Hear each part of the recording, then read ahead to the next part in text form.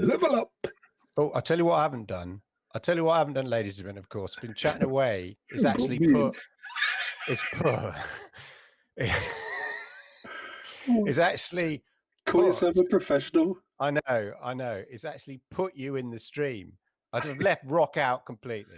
Just chatting away all this time. There's always one small detail, like your main co-host, you know.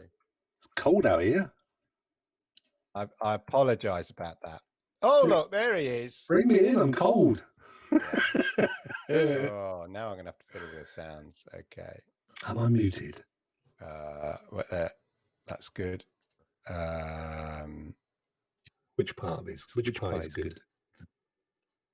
No. Well, I never.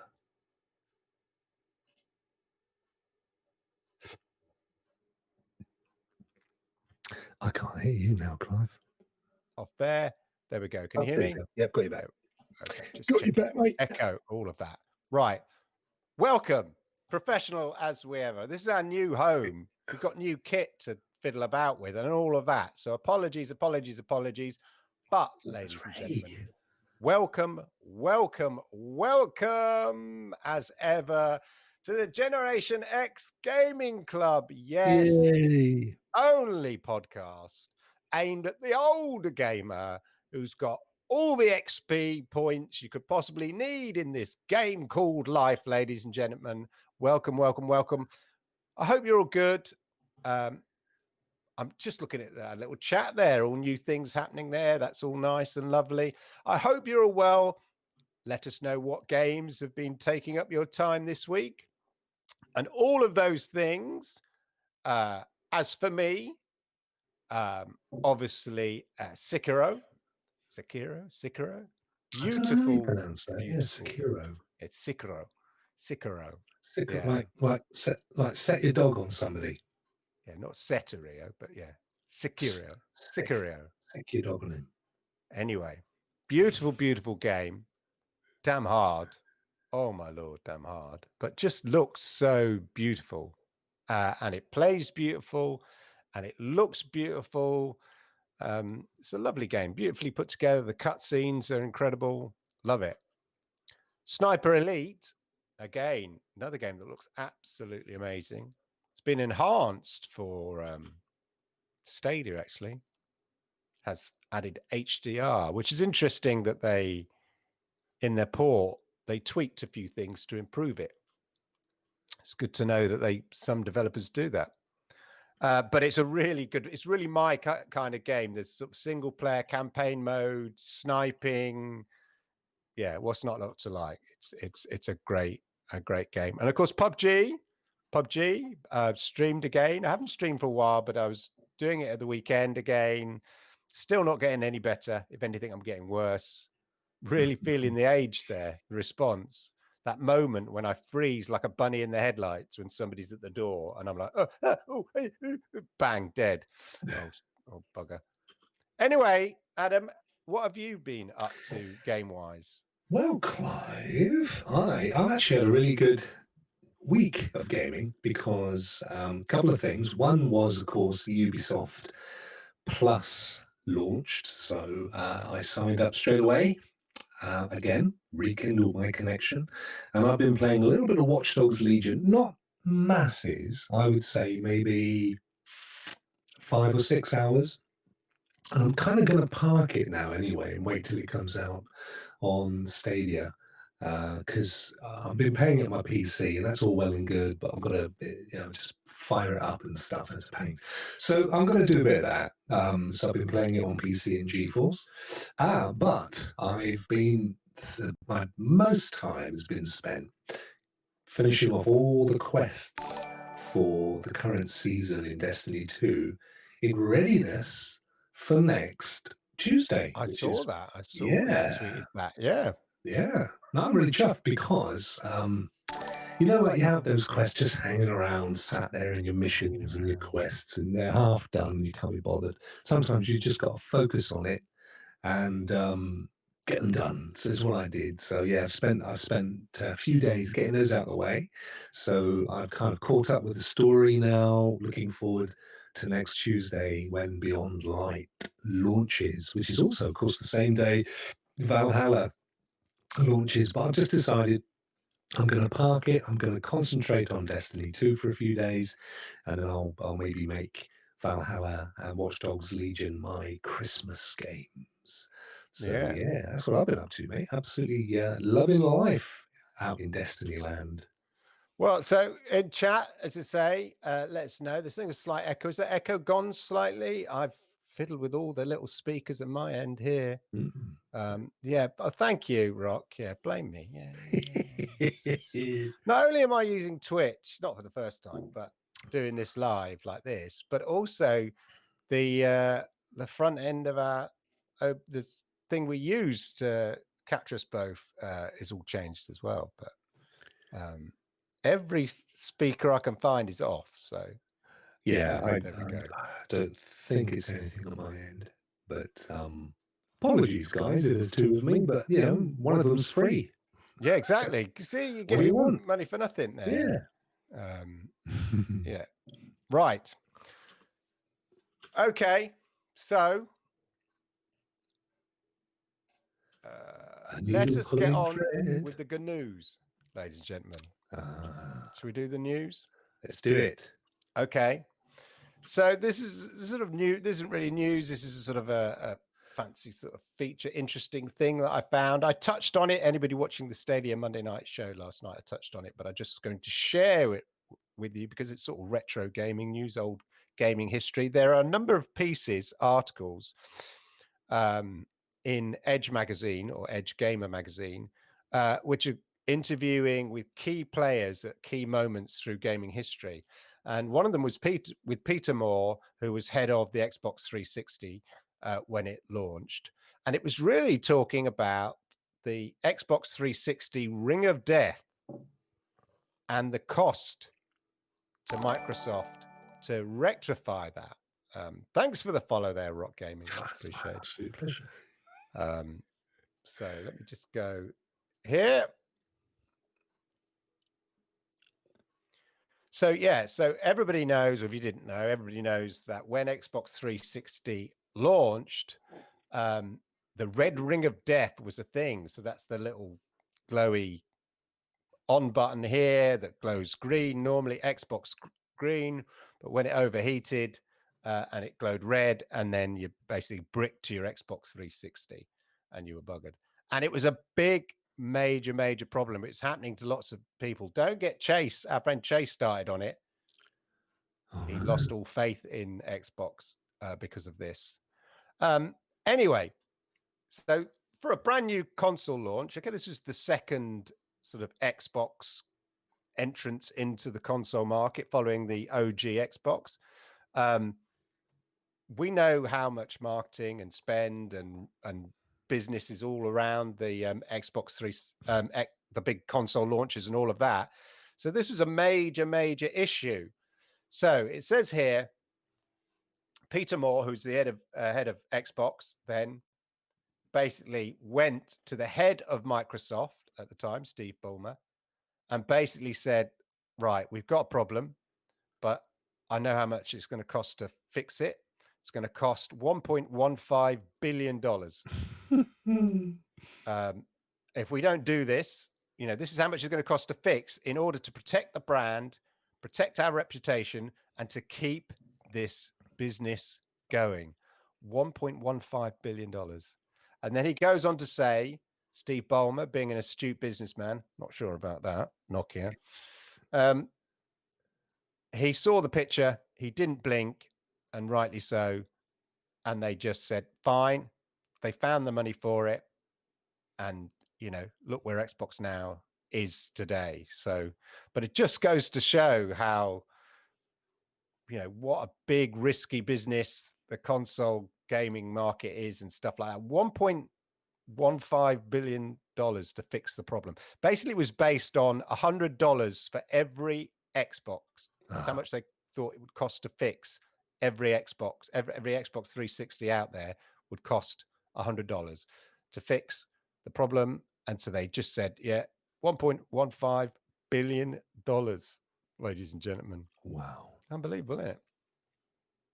I wonder how much it actually did cost in the end. I mean, I know that's the story, and it makes great press and everything, but I wonder how much it literally did cost. Yeah, well, those people didn't. But like even in the chat there, you see, who was it saying they had about 5 Xbox 360? Yeah, Ray, 5 rings, 5 Xbox. And somebody else yesterday in my chat said, the same. Incredible. Yeah, no, I'd not even been aware of the red ring of rocket, whatever it was called. Red ring of death. Painful. Yeah. Ouch. Yeah. Different thing nowadays. Usually following a Vindaloo. Ooh. Dodgy Vindaloo. Ooh. You have the red ring of death. Yeah. Yes. Don't want that. Don't want that. Right. Tell us about Ubisoft Plus. Ubisoft Plus! Yes, well, that launched October 29th. Of course, it was Uplay Plus until last Thursday. And they had a big rebrand and a big relaunch. And they brought this new system called Ubisoft Connect, which kind of brought the club, the Ubisoft Club, in, and everything's kind of built now into the games. So from October 29th, which was the launch of Watch Dogs Legion, Uplay Plus, now renamed Ubisoft Plus, and all the games from Watch Dogs Legion forward, so Valhalla next week, and then Phoenix Rising, Immortals, and so on. They all have Ubisoft Connect built in. So it's one of the menu options, and you press it, and it literally it's a bit like, Clive, I'm not sure if you saw recently when Sony revealed the UI for the PS5, and it's kind of got all these helpful things in there, like you can see what your friends are doing, and you can ask for advice, little clips that you can invoke to show you how to achieve stuff. Well, funny enough, this is kind of what Ubisoft now build into their games as well, which is all part of Ubisoft Connect. It's pretty cool. So the great thing about it, of course, is that now every single Ubisoft game from October the 29th forward is cross-save, cross-play, cross-progression, which is brilliant. So, you can literally, I mean, they're heading the field, and it's an absolutely amazing thing to see in the gaming industry. And of course, it means that, for example, you can build not only your friends list on, say, the PC version of Watch Dogs Legion, but also if you have it on your PlayStation coming up or your Xbox, you can play with all your friends there as well. So that in itself is amazing. But of course, the other big thing is that what was Uplay, which existed purely for PC, has now expanded out. So it's now Ubisoft Plus, and it exists on Amazon Luna from this coming Tuesday when Valhalla launches. We know it's coming to Stadia, and tinfoil hat stuff. What's interesting is that they've sort of said, it's coming to Stadia later in the year. And Stadia did a little blog post a couple of weeks ago where they said, look at these games that are coming, in the holidays later in the year. And yet what happens today, but Far Cry 5, which was one of the games that was highlighted in that list, has suddenly appeared on Stadia for sale. So I think bets are off as to when Ubisoft Plus is actually coming. I think it's not going to be as big a deal as it is on Amazon Luna. I think they will probably launch with the Assassin's Creeds and the Far Cries. I don't think it'll be much more than that.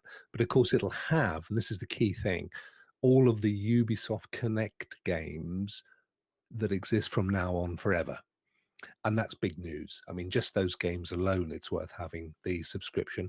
But the great news is it's not only cross-save, cross-play, cross-progression, but it's pay once, play anywhere. One subscription that which you pay to Ubisoft, and that gives you the keys to the door anywhere that the Ubisoft system is implemented.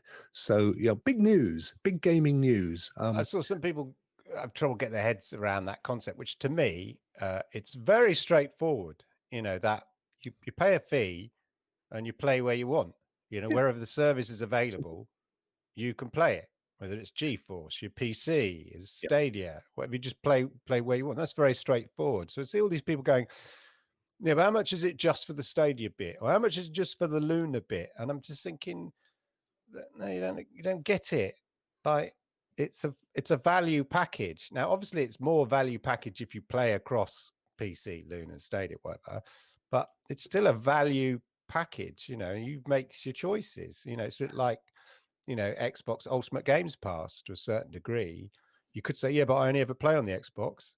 What they'd rather, although they give you a choice, they're going to, I can pretty certain Xbox will phase that out and just have one price fits all, in the same way that Ubisoft Plus does. I can see that happening.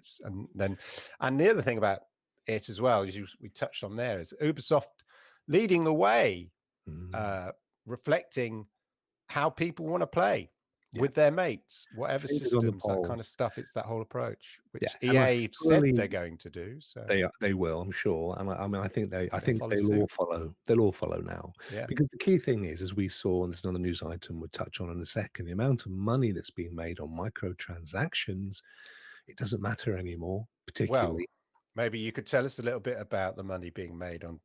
I could. I just want to answer one question. Dan has asked in the chat whether, if he subscribes, is he able therefore to play it on PS4 and so on. The reality is it'll depend where Ubisoft managed to negotiate the Ubisoft Plus system to exist. My personal feeling is that their ambition is to have it everywhere. It's currently on GeForce Now, and PC, obviously. It's coming to Amazon Luna next week, and I think Stadia may even be the same day. This is my personal gut feel. I have a feeling it's coming a lot sooner than we think. I don't think it'll be far off from the. I think it'll be very close at the worst case. Beyond that, I'd love to say I have a really strong feeling that it's coming to Xbox, because I don't see a downside at all for Xbox. They're trying to make it the entertainment center. So it makes sense. But they're already doing it with EA, aren't they? They're doing it with EA. They just announced they're going to have the Apple TV app on there. So it's important for them. Sony are going to be a harder nut to crack, but I think it will come. Nintendo, I mean, they live in their own world, so we'll see. But I certainly think it's going to be on most places that you could possibly play it over the next year. So look out for that. But it won't be backwards. I doubt it's. I was going to say it won't work on a PS4. I don't think you'll see the investment to make it work in the older consoles. That's just my gut feel. Yeah. But moving forward, definitely, I think on the next gen, you'll see that happening next year. Right. So the next one. Thanks. Now this is interesting. Yeah. So Activision Blizzard makes this is crazy, 1.2 billion in 3 months. Just to July. That pays your Xbox 360 ring of death. Yeah, exactly. That's the with some loose change. That's why it's like, all right, fix the problem. It's going to cost us 3 months rent. Mental. And this is purely for microtransactions, and largely in I believe it's Call of Duty. Yeah. Wow. Which has been it's outstripped the sales of all the other Call of Duties. This recent one's been absolutely massive. It's it's difficult to know how much give it away. It's that free, it's that services and game service model, isn't it? Exactly my point, which is why Ubisoft Epic make numbers like that for Fortnite. All the new games, the Watch Dogs Legions, the Valhallas, they'll all be dripping in microtransactions, dripping in them. Their model now is get people in the ecosphere, get them paying so that our cost base is covered, and then make a mint by milking them out of microtransactions. And just as long as, you keep the game fresh, add content. So, like Fortnite, they're constantly adding new chapters, new content, just to keep things doing things, to keep it fresh for people. But it pays off big time for them to do that. So. Yeah. No, they're absolutely creaming it. So 1.2 billion in 3 months in microtransactions in 3 months. And I think they did 1 billion in the previous year. You can spend like 200 million on a game, like at that level. Yeah. And it's huge. They are absolutely ringing. Returns are massive. Yeah. And I don't even think it's purely down to COVID. I think it's I think we're seeing a Well, no, we've situation. seen it with Epic, haven't we? So We've seen it with Fortnite. So Epic and Fortnite, and I also think the gaming mentality is changing to one of games costing you a few dollars here and a few dollars there, away from the $80 one hit. I'm not paying any more. I've already paid $80. So once you get people away from that space, where they're thinking, well, I'm paying $15 a month, so I might as well spend another $15 and get that amazing cat suit for my character. It's no longer an issue anymore. So I think you'll see that the general gaming industry will move down this road to a kind of subscription gets you in the door, and then just fill your boots with yeah, microtransactions. yeah. It's another way to supplement subscriptions. Yeah. Well, So I'm that I'm I'm convinced that's the way they're all yeah, thinking. I mean, I can't think of a single game, a single open world stroke MMO stroke RPG game that's come out recently that doesn't have some kind of a microtransaction yeah, element to it. Even Marvel Avengers, is a recent one. Call of Duty, clearly, FIFA, Madden, they're all dripping in them. yeah, We talked about this the other day, Clive, didn't we, with the cards, and yeah. The how FIFA cards and stuff. FIFA Yeah, cards, they're getting their knuckles wrapped. So yeah, it's interesting, and I think that is the way that it is going, and the key thing is keeping the quality up. yeah. That's the It's key thing. interesting that Fortnite are doing next gen versions of the game. Yes, they are. They're releasing it 4K 60. Yeah, There's a massive uplift in the quality of the graphics. We've got to keep. I mean, I think even if it's not a massive amount of effort for a studio, no, there's a buzz now that they've got to say, "Oh yeah, and there will be a exactly. a Marketing buzz next to gen say they've done version." it. It's Yeah, worth the investment. yeah. But when you've got people like Hello Games with No Man's Sky, who are upgrading it for free again Yeah. for all of anyone that's ever bought No Man's Sky, it's literally talk about pay once, get it forever. I Well, mean, literally, Sea of Thieves is a bit like that.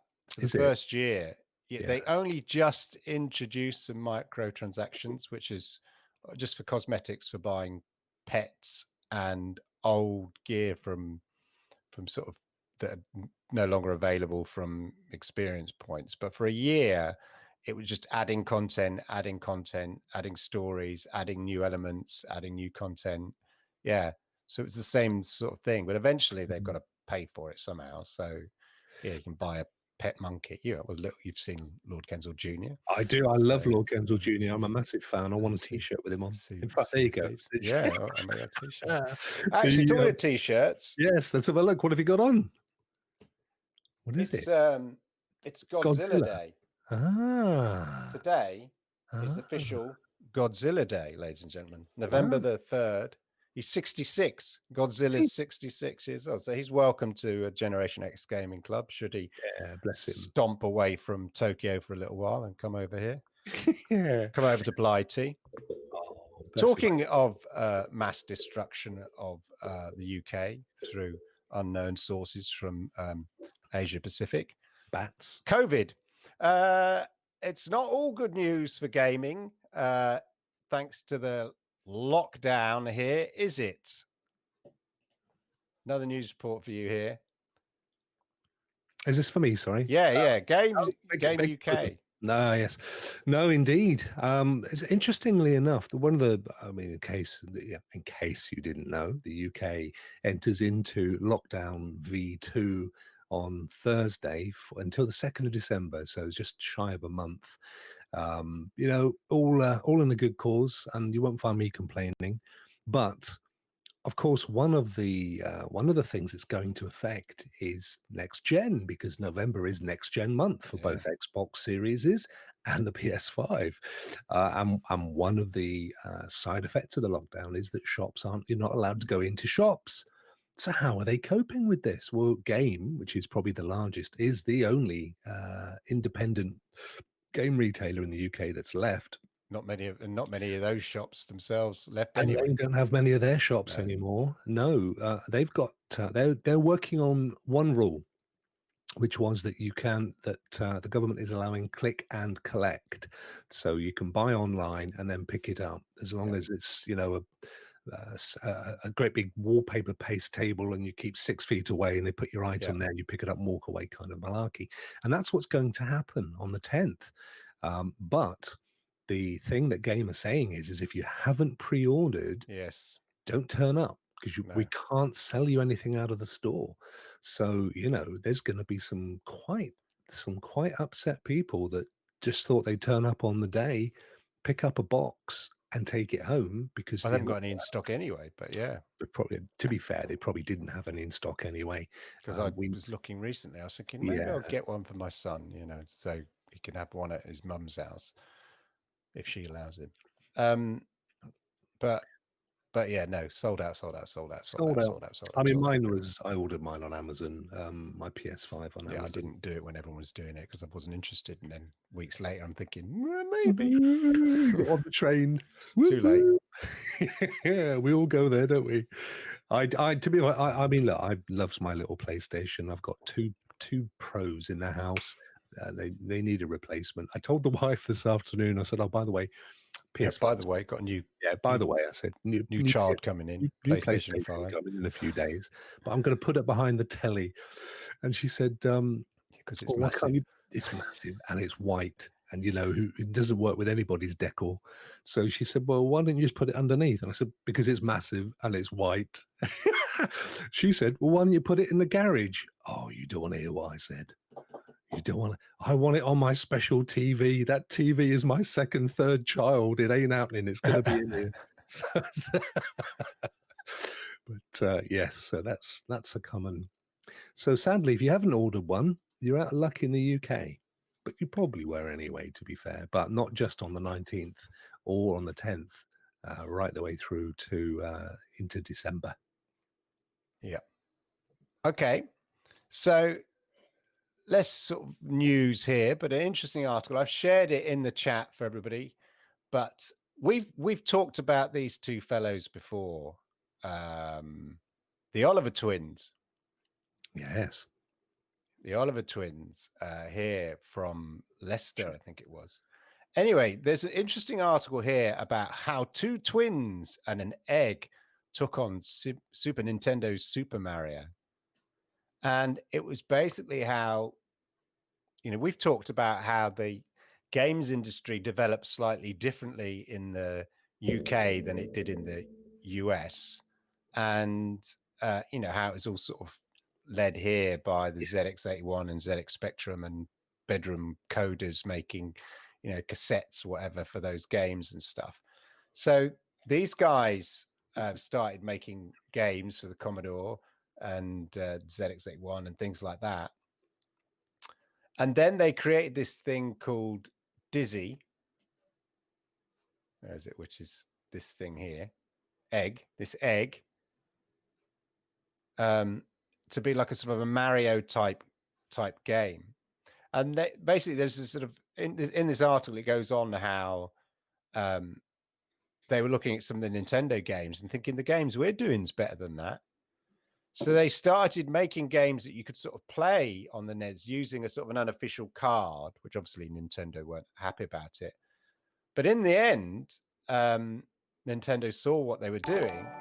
And thank you very much there for the follow. Nintendo saw what they're doing and then said, okay, you can start doing some games for us.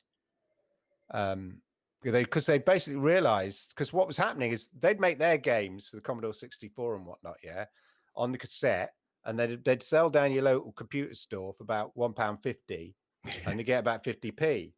And then they saw over in America, they went to America and they saw that people were making games for Nintendo stuff, which was selling at $45 each, a single game, as opposed to £1.50 for a game that they've built and made and sold on their cassettes, and distributed in the UK. Meanwhile, people are making games for Nintendo, which are selling at $45. So obviously, whoever's making those games is getting a much larger percentage of that $45 to them. Crazy. So they kind of thought, our games are better than some of these Nintendo games. So they kind of managed to work their way into that kind of side of things after a visit to America, and ended up making games for Nintendo. But the Dizzy, the fantastic Dizzy, apparently was their sort of version of a Super Mario, all from their bedrooms. Wasn't their dad the kind of business manager? I can't remember on this one because Or am I thinking of the the code? other two guys, who kind Yeah, of set up Codemasters, that's who because I'm thinking. these guys moved into the Codemasters offices. Hmm, Um, I didn't know that. yes, While they were they there? were very arrogant. I met them. They are very arrogant. Yeah, they But tend. they said when they were younger, we were looking at Mario thinking, you've sold 21 million copies of this. How on earth, says Philip, we could write that. Yeah, there's like young 20-somethings at the time, full of that kind of naive arrogance. But, in fairness to them. So they also, one of the guys they worked with was a guy called Gavin Rayburn, who did the music for Fantastic Dizzy, and later on went to found Forza Maker Playground Games. Crikey. So they're all interrelated. Yeah. And as I say, they had the guys at Codemaster. You had the Oliver, and they're all from like Leamington and Leicester and all around that area. And you're going to touch on something later as well, which is from Ashby de la Jouche. And that's not far from Leamington and Leicester. I did wonder that. I was going to ask you, funny enough. No, it's not, because I used to live near there. So, Ah, yeah. But I've left a link in the chat for people if they want to read the article. It's a real sort of interesting article about retro gaming and these two nerdy guys. They're on a old 1988 program called Roustabout in the UK. I don't remember that. Do you? No, I don't remember that. No. Yeah, it may have been more of a local thing. I don't know. Local television for local people. Local people. Yeah. Okay. Do you want to do this political Yeah, podcast? just a little tiny one. Yeah, we don't Okay. normally get political. It's not really political. It's interesting from a perspective. So there's a podcast that actually I've listened to for, I don't know, best part of 4 or 5 years. It used to be called Romaniacs, and they recently changed their name to Oh God, What Now? It's Right. actually quite funny. I don't know if you ever listened to it, Clive. No, But I'm not. they're very good. There's a guy called Ian Dunt. I think it's probably one of the best political commentators in the UK that's part of the team. Anyway, the key thing here is that it turns out they were approached to put a podcast together for within Watch Dogs Legion. All right. Okay. So when you play it, eventually, I'm sure you will. It's like all these kind of GTA type games. You get into a vehicle, like the radio stations and stuff like that. Yeah. you can choose a channel, and they've got sort of what sounds like an LBC like channel. Yeah. But LBC apparently, for our American audience is like shock type not channel. quite so Not much the quite as shock. bad. Yeah, more sort of Conversational. NRP, is it in the States? The news. There's a Yeah. news channel, radio news channel, isn't there? It's kind of Can more be like quite that, really. confrontational sometimes. Oh, they've got some pretty dodgy characters on there. Don't get me wrong. But yeah, in the main, it's largely But they just have a robust news show. discussions about Very good topics. Yeah, I had James O'Brien, who's probably he's a god as far as I'm concerned. But so in essence, they put he genuinely is. They put this in the game. Now I haven't found it yet. I don't Anybody think. found this podcast? I imagine it's an audio file that you pick up somewhere in the game. Yeah. But they were tweeting saying that they could now reveal they had put this They've together. done a podcast. Yeah, which was How good. cool is that? And I think the reason for that, and it's something Duncan touched on before, they don't make a big deal about it being post-Brexit at all. In fact, it's nothing to do with the story, but they did in their marketing. And it's something, as I say, Duncan mentioned a while back, they were sort of selling it as in a post-Brexit world. So it's interesting. I think that they've tried to hook in on lots of different all sci-fi comments on the present. Absolutely. That's the function of sci-fi, is to hold up the present, hold a light to the present, to kind of and exaggerate elements of the present. That's why often we have so many dystopian views, because Yeah. it's an extension of the world we already live in a kind of, but turned up to 11 in a nightmarish way. But Indeed. yeah. So there you go. Look out for that. Okay. Do you know, I have some console news. It's not just PlayStation 5s. It's not just the Xbox Series S and Xbox Series X and every other thing the Xbox is doing. No, there's a new console in town, a handheld console, ladies and gentlemen. And it has a little wind-up thing on the side as well. Let me reveal this. It looks so cool, ladies and gentlemen. Check this out. Now, this is thanks to my research assistant, arigato gozaimasu, who found this and was talking about it. I had no idea what my research assistant was going on about, but sent this. And look, it's a little handheld device with a screen, which is like a Kindle kind of black and white screen. E-ink or e-paper or whatever. Yeah. Yeah. It's got a little wind-up handle on the side. Now, what do you think that wind-up handle is for? Power. No. You control the screen scrolling across. No. Yes, apparently. This is called Playdate. Hello. We made a brand new handheld gaming system. It's yellow. It fits in your pocket. I got a beautiful black and white screen. It's not super cheap, but not super expensive. It includes brand new games from some amazing creators. Plus, it has a crank. Oh, yeah. Let's back up a bit. So 20 years ago, Panic's mostly made Mac and iOS software.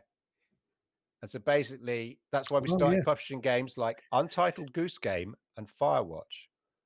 But what if we could push ourselves even further? What if we could build something you could hold? And here it is. It's called Playdate. So basically, it's a celebration of the video game. And they've reached out to incredible game designers. Some you've heard of, some others you haven't. And we showed them Playdate and asked, want to make a game for it? Then we lost their minds and they said, yeah. So Playdate isn't just the hardware. It's 12 brand new video games, one each week. So each week, a brand new game is launched. Jeez. What are the games? Well, they're going to keep them secret until they appear on the machine. Some are short, some are experimental, some are traditional and fun. But there, look, here's a little demo of the crank. We're not kidding about the crank. Can you see that? Yeah. Isn't that awesome? Gardens Beyond. That Thank you, Yoshida, for the follow. And yes, that is my research assistant who found this. I thought it might be. With this crank. I mean, okay, money, $150. 135, 140 quid. That's okay. It's it's kind of a novelty thing, but you get, I think it's a subscription model, but they release these new quirky games designed specifically to sort of utilize, I guess, the crank and all those kind of elements. So you can imagine something like that new game that's on Stadia Pro that's got that kind of time thing, and then you go back in time and stuff like that. Gardens Beyond or Gardens Below, whatever it's called. Yes. Yeah, no, it reminds me of that. That's actually, I really enjoyed that game. It struck a chord when you said it was Panic, because I didn't, firstly, I didn't know that they did the Goose thing. No, I didn't. But I've known these guys for years, because they've traditionally developed web design software that I've used in the old days, before WordPress. When I used to hand code everything, I would use these guys' software. Type it on a tablet. Oh, yeah. Touch screen tablet, literally. Look, if you granite tablet. Look, if you got to tell you about it. I was there, mate. I was there. href equals #0000. Yeah, no, absolutely. So they've always been out there. They've always tried stuff, which is cool. But I didn't realize they did the Goose Game as well. I don't know what the connection with it is, but yeah, maybe worth looking at it. Is this game just looks? This just looks clever. Is it I don't know. It only has a sort of US dollars on it and stuff like that. I want it. Christmas. It looks kind of fun, quirky. Playdate.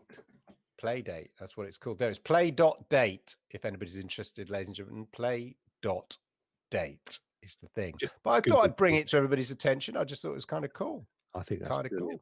cool. I love it. Nice Right find. then, ladies and Nice gentlemen. find, Yoshida. Yeah, it's a good one, that one. We like that one. Right. So next, on this day in gaming history, and for change, I'm going to make way for Rock on this one, although he knows nothing about this Nice one. But words he for did that. come Rock's up with a been date, nice. so that's why I volunteered you to do it. Yes. No, thank you. Thank you for that, Clive. I did. Do you know when I said I I didn't haven't know got any anything? picky there, but go on, you can just tell what it Yeah. is. Well, when I said I knew nothing about it, I realised actually I did. So yeah, on this day, 2004. 2004. 2004. 16 years ago, ladies and gentlemen. Man and boy, 16 years ago. I'm here to do the maths for people. Yes, Nintendo begins taking orders for the DS and sells out day one. So, yeah, I mean, the DS, or I didn't realize this, it's dual screen, the DS, that's why it's called a DS. It continued Nintendo's famous knack of introducing these kind of unique gameplay devices. Yeah. Now, 2 years later, they released the DS Lite in 2006. Slimmer, lighter, brighter screen. But the DS, I don't know about you, Clive, but my kids, everybody's kids that I knew had or wanted a DS. It was massively It successful. had a doggy thing on it. Yeah, and a pen. Yeah. They did have a doggy game. They all had that pause, that game where you could like pets. It was like a Tamagotchi with pets and all sorts.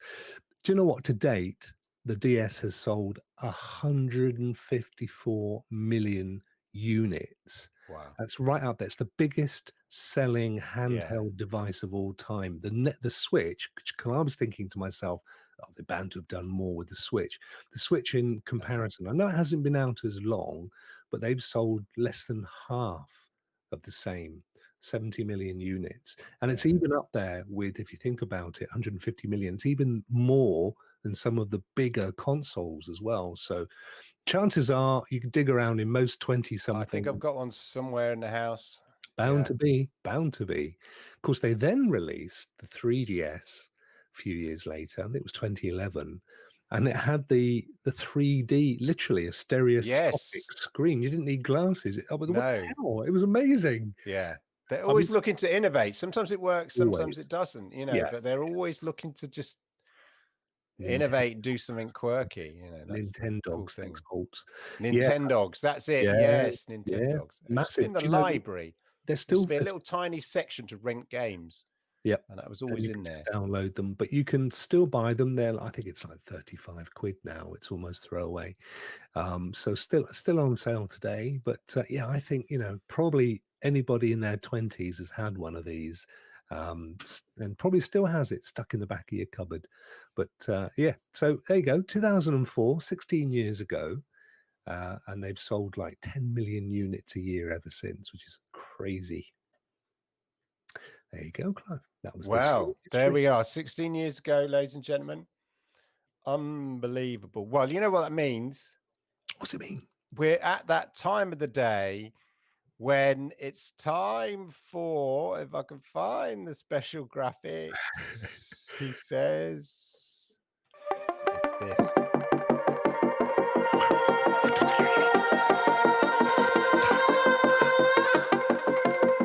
I always look like I'm getting an enema. Yeah. Well, you're not. Prostate examination. The Generation X Gaming Club. Yeah. Ladies and gentlemen. Right. Oh, yeah. So, ladies and gentlemen. Here we are. Here is mine. Let's go full screen on this. Metal Gear Solid. Ooh. Metal Gear Solid. Good shout. Originally on the PlayStation, and really pioneered the idea of the stealth game, really, and the kind of, leaning against the wall and that sort of thing, and then taking out your player and the opposition and all that kind of stuff, and good storylines and all those elements. So Metal Gear Solid, stealth game, of course, developed by Konami back in the day and released for PlayStation in 1998. Of course, it was directed and produced and written by Hideo Kojima. Of course it was. This is what really made him famous. And follows the MSX2 video games, Metal Gear and Metal Gear 2 Solid Snake, which Kojima also worked on. It was unveiled at the Tokyo Game Show in 1996 and at E3 in 97. And you basically play Solid Snake. Which remind me like Kurt Russell, kind of they're gone for that, Yeah. kind of thing. Escape from New York or whatever, yeah. New York, yeah. And he infiltrates the nuclear weapons kind of stuff to neutralize terrorists and all that kind of stuff. And he's got to liberate hostages, stop terrorists from launching a nuclear strike. But it was always famed for not only its sort of really interesting gameplay, but for the cinematic cutscenes, which were rendered using the in-game engine and graphics. And the voice acting, is used throughout it from the characters and the cutscenes as well. And it sold more than 7 million copies worldwide and shipped 12 million demos, apparently. Oh. And scored an average of 94 about 100 on Metacritic. It's regarded one of the most important video games of all time and helped popularize the stealth genre. We see it all the time now. The creep was, whenever you ever see me stream a game like this, I'm always going, creeping about, stealthy, stealthy, stealthy.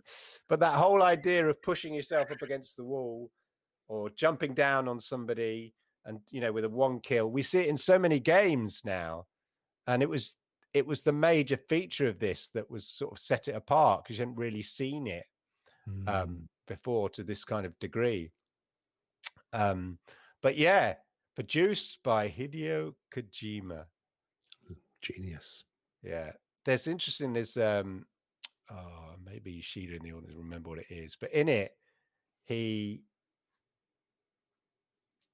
eats an energy biscuit, which is an actual energy biscuit. So there's one which is set in the past, and then he goes to the future, which is kind of current day. And then the person on the radio says, I put your energy biscuit in your bag. And it's a genuine energy biscuit thing. I do reviews on meal replacements. Yeah. It's a genuine meal replacement biscuit. It's like shortbread. Calorie. But it's got all this kind of healthy stuff. Calorie Mate. That's it. Calorie Mate. Sorry, not calorie. Yeah. But that's how they say it in Japan. Calorie Mate. Yeah, but it's Calorie. Yeah, it's English. I know. I'm trying not to sound like the worst Japanese accent ever. No, yeah. But the English, if I'm reading out in English, I'm saying Calorie Mate. Love that. That's what it is. But yeah, it's Calorie Mate. Well, you did the same in Death I did a review of it though, as a food, actual food. It was this woman here, I think, talking to him in a different version of the game, and she talks about make sure you eat your Calorie Mate. So that's what you ate to kind of get your energy levels up. But it's a genuine thing. And my wonderful research assistant managed to secure me some. And I did a review of Calorie Mate, which you can check out on the Clive Linden YouTube channel. And a few people who don't follow the channel have come in and made reference and said, oh, that's in Metal Gear Solid. That's how people found the video as well of my review of it. Wow. See, I need a research assistant.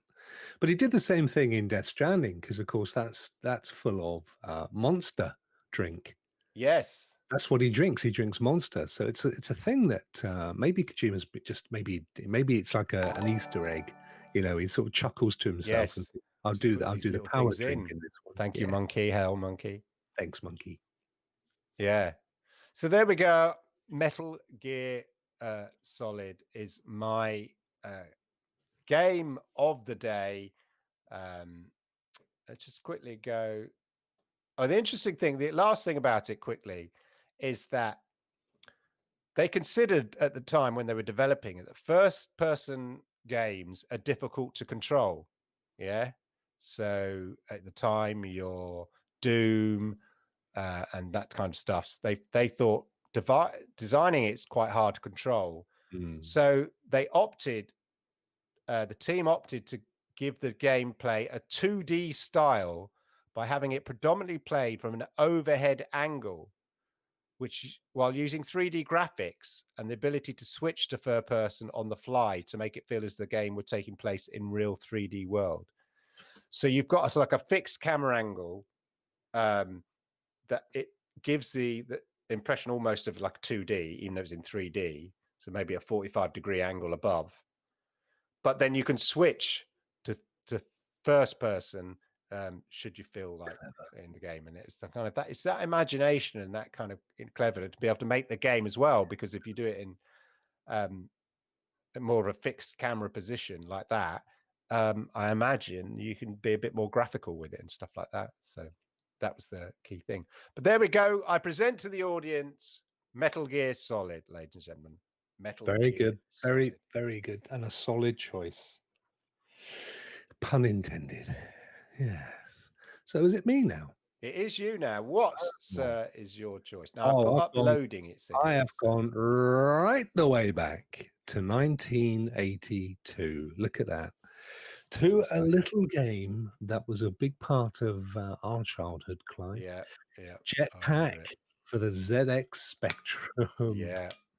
And oh wow, what a game! Do you know what I was thinking earlier? 82. That was the year I left high school. I think you probably would have been a bit later. I was still there.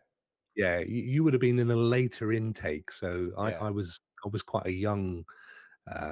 In my year, I was quite young. Yeah, so you were 2 years ahead of me, school-wise. I think. So I left in 82. Yeah, you left in 84, did you? Yeah. Wow. Well, you're only a couple of months younger. That's weird, isn't it? No, because of this academic years, isn't it? Yeah, yeah. No, it was all different in those days, Well, mate. maybe you left differently. Anyway. Well, yeah, I went on, reform school. They let us out a bit earlier. See? Oh, well, there we are. Yeah. Straight into Borstal. Exactly. So ZX Spectrum Jetpack. Now, this is the loading screen, which is boring as hell, but the other video. All right. You want the other one? Yeah. I thought that was the game for a moment. No, that's just reminding us all of how those games used to load. Yeah, I was getting nostalgic for that. Just the loading screen there. I was liking that. So ZX Spectrum, ladies and gentlemen, I don't think this as a device. I don't think it's sold in the States. I mean, you can pick them up and you can get them on eBay. Here we go. Look at this. This was a game. We always say that, but no, this is a big thing on the ZX Spectrum. Absolutely massive. So these guys, the Stamper brothers, which this all ties in with what Clive was saying earlier, because back in this, there was Tim and Chris Stamper, hailing from Ashby de la Zouch, which, as you just said, kind of Midlands, that Leamington Spa, Leicester kind of Warwickshire cabal, all up that way, all up that way. They were. And the truth is that that's how it was in the UK back in those days. You had a lot of these brothers, these sort of all best mates that were coding away in the back room, and it was isolated from gaming happening anywhere else in the world.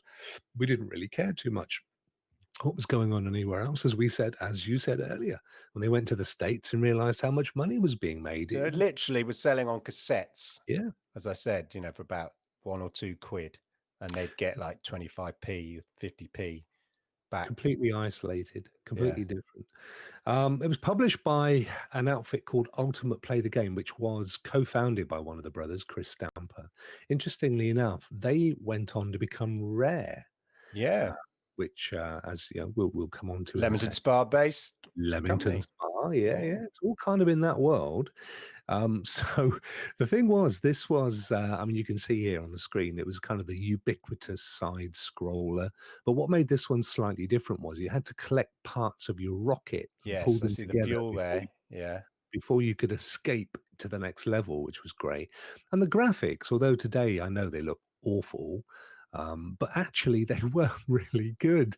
And the thing I loved about Jetpack was it was the absence of color that they used to define the lines that illustrated the shape of the object.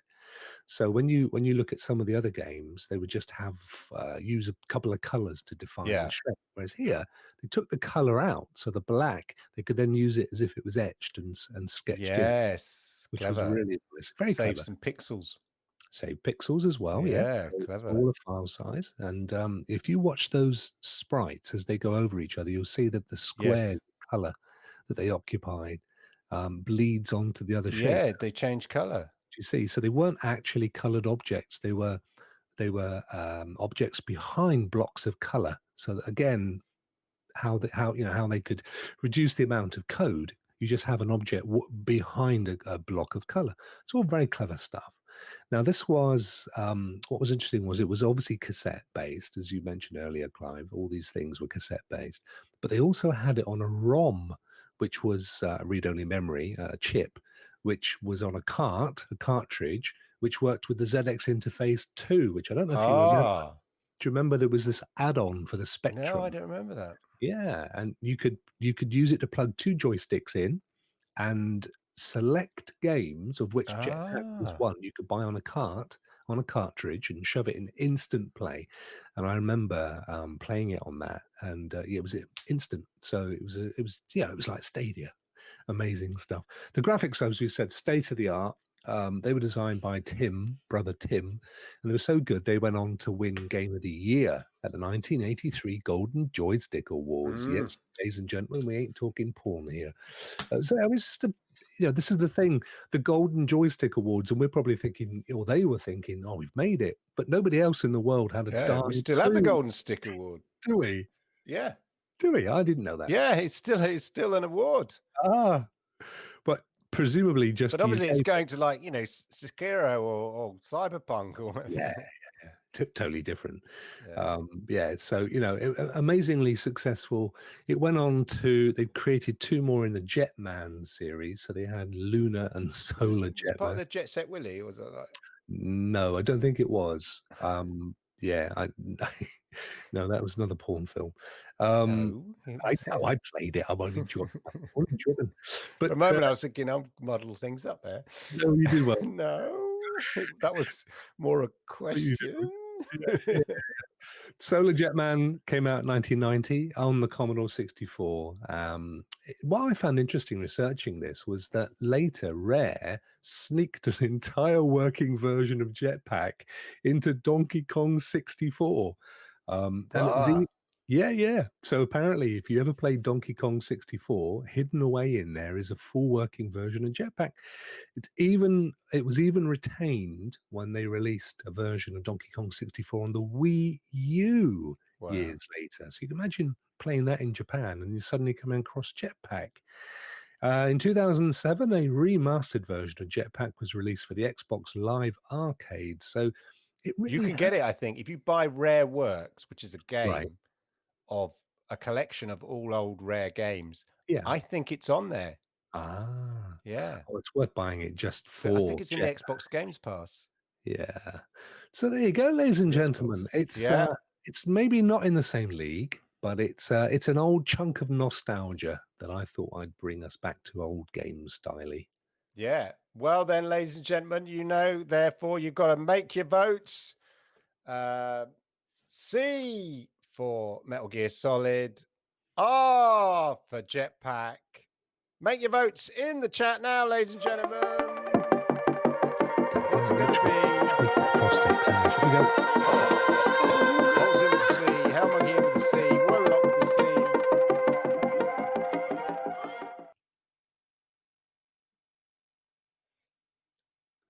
No.